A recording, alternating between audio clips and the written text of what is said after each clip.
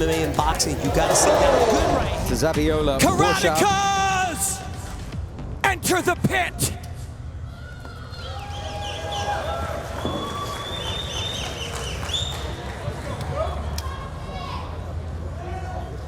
So white pants for Rob Buxton, black pants for Adrian Galvan. Andy Glenn is your referee for this one. Touch of gloves, and they are underway. Woo, here we go, both open stance. Braxton starting out with those low calf kicks. We heard watch from, out, though. Yeah, we heard from Galvan when we spoke to him before the event that his game plan was going to involve an awful lot of feints and a lot of movement, perhaps switching stances a fair bit as well.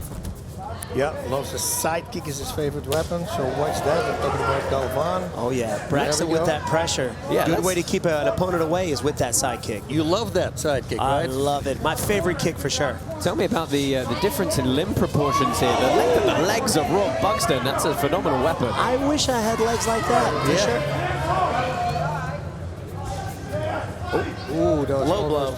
Tries a side kick. Buxton coming forward relentlessly here, backs him up against the wall. Now you should kick the legs, I always say, because it's allowed that the muscle is relaxed and then hit the calf. Well, notice how Galvan didn't want to stay on that wall. He slid down to that canvas to make himself a grounded opponent. Put the toe in his mouth. Yeah. Bit of upper body clinching here. And the referee needs to break them up here. Stay tight, no space. They can stay clinched for an initial throw or an initial strike, and then they have to move. There's that blitz attack. Oh, I love it. Galvan likes so much. Big shots. Missed that right hook. Oh, here we go again. He loves that body kick, Buxton. Big, wide, swinging punches from the inside. Ends with a kick there. Again, a lot of damage on the body of Buxton already, similar to what we saw Lavoie wearing in that first bout. There we go. Yeah, I feel like Braxton's doing the pressure, but Galvan is definitely doing the damage. Yeah, shots there. Another one. Guys, talk to me about the movement of Adrian Galvan. He's constantly trying to back up and re-establish that long distance. 100%. You know, a lot of guys like to do that because when you got guys that come forward, if you sit down, they'll end up running into a right hand or a side kick, which causes more damage when the guy's coming downhill. So he's just constantly giving himself the opportunity to land that big shot. Exactly, exactly. Now, Galvan's right hand is landing right on that here. He's got to get a little bit more power into it, though. Buxton does a good job again of backing Galvan all the way up into that corner. But working out with tall people definitely paid off for him. Or Galvan. Yeah, Galvan fighting out of his own gym. The colony. Good right hand from Braxton. Oh, sorry, his gym is Galvan Karate Academy. They're in the colony, just about 20 miles north of Dallas. A lot of training also with MMA veteran James Vick. Fight! Galvan looked like he was hurt there for a second. I thought so too. Oof. These guys are throwing some heat. Galvan, I think he was hurt there for a second, so he's looking to clinch up, catch his breath, get his bearings right. Well, we've only got 10 seconds left in this round. They're going to get a rest very shortly, but it's been a good pace from both fighters. Rob Buxton marching forward relentlessly. Galvan re-establishing and landing as he's coming in. Great first round from both guys. Yeah, but it's hard, right? Who would you put it on? Oh, my goodness. I mean, this is a hard one. I do feel that Galvan was throwing the more strikes. The side kicks were landing. His right hand hook was landing very well, but he did get hurt later on in that first round. Let's take a look at some of the replays here from that opening round. Talk us through some of the flurries here. Rob Buxton coming forward relentlessly as he thought he might do. Yeah, he loved that right body kick and then a cross behind it, but as Steven already said, Galvan was coming forward and connecting with some shots. Maybe not super hard, but he was connecting. Rob Buxton said to us that he would wear him down over time and finish him before the end of the fight. Do you think he's accomplished his goal so far in that opening 3 minutes? That's close. He's moving forward, and Galvan is looking a little fatigued right now.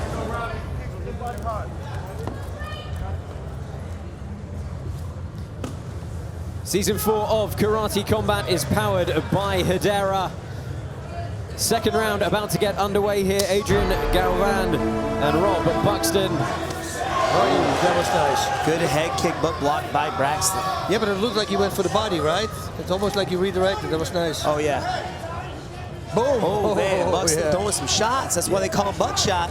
Buckshot, and he's got the long arms, almost as long as his opponent's arms. Well, legs. Buxton remaining standing there, so he gets his 5 seconds of ground and pound. Wide shots again from Galvan.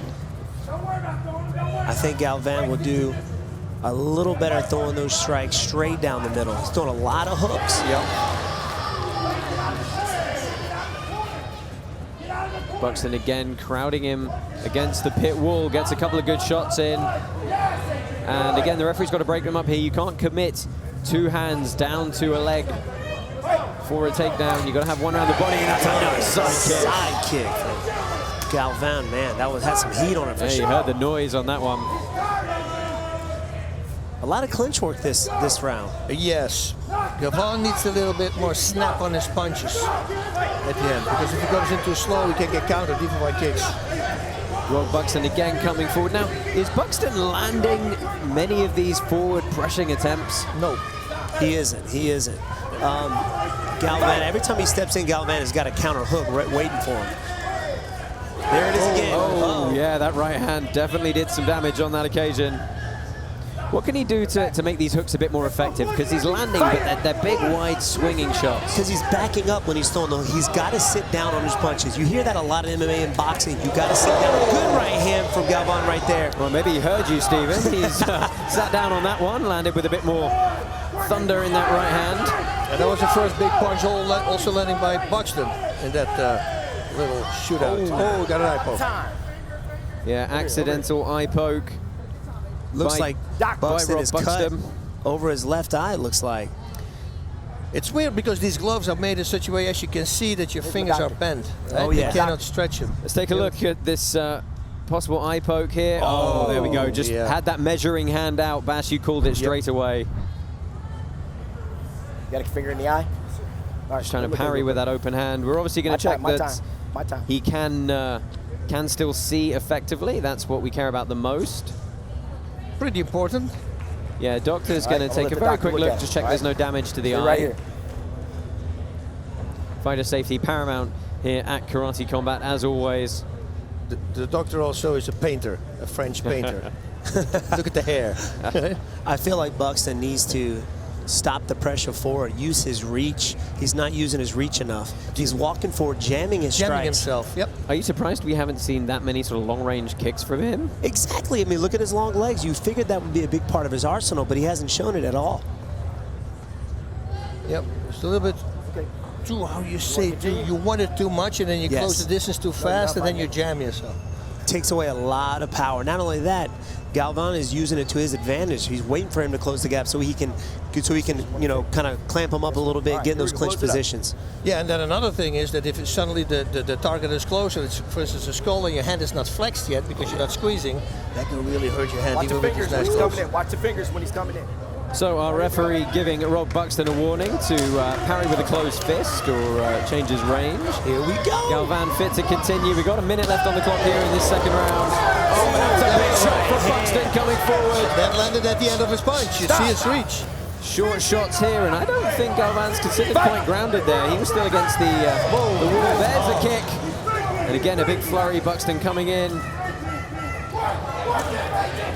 Oh, Galvan does a good job of getting to the back and then breaking away. And you don't get to choose when you stop it. It looked like a punch, didn't look like a eye poke. Man, Buxton is just all over him. All over him. Yeah, I think he enjoyed that break a bit more than Galvan did. 15 seconds. Boom, there's that right kick again. He loves it. You just like to see it set up behind something first. Kick, step back, and then a simple 1-2. Stuff like that. Exactly. This is what I don't like when you got somebody hurt, you got him tired, you got to sit back, you got to pick your shots. Well, a big baseball-style punch from Galvan at the end there. He's saying about his eye, he's got to be careful that he doesn't imply too much damage. Because the referee will stop that. Yes, they will. Safety of the fighter first. If you get a look. If you're in the corner of Adrian Galvan, what are you telling him right now?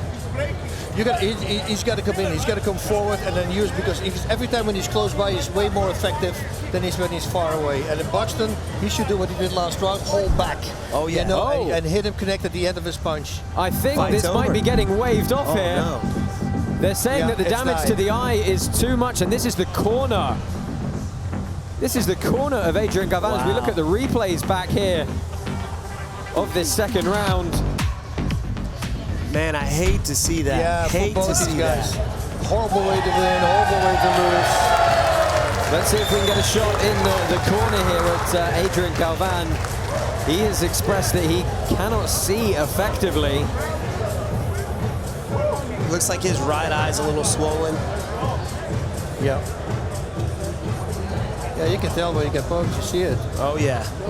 Yeah, I imagine double vision in the middle of a fight is not too pleasant. That's right. Oh, I've had that happen a few times during a fight. Definitely really? unpleasant. You're seeing like through 2 or 3 people out If you there. see 3, hit the one in the middle. That's what Rocky said, That's right? what they always said, hit the one in the middle.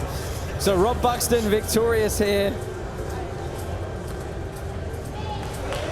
Well, hang on a second.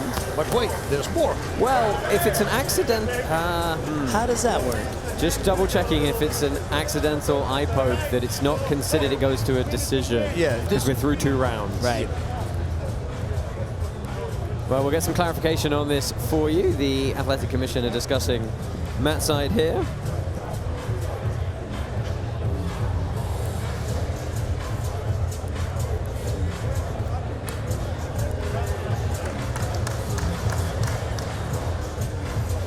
So there we see Adrian Galvan in the corner.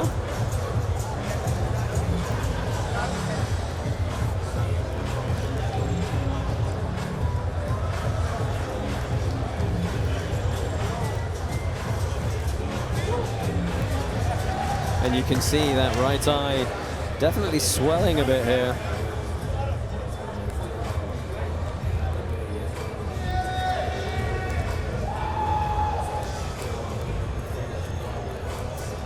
Here we go. So they're bringing the fighters down to the middle of the pit here.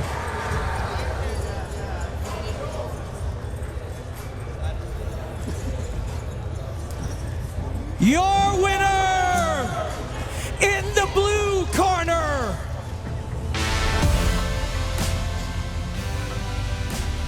by technical knockout, hailing from Canada, Rob "Buckshot" Buxton.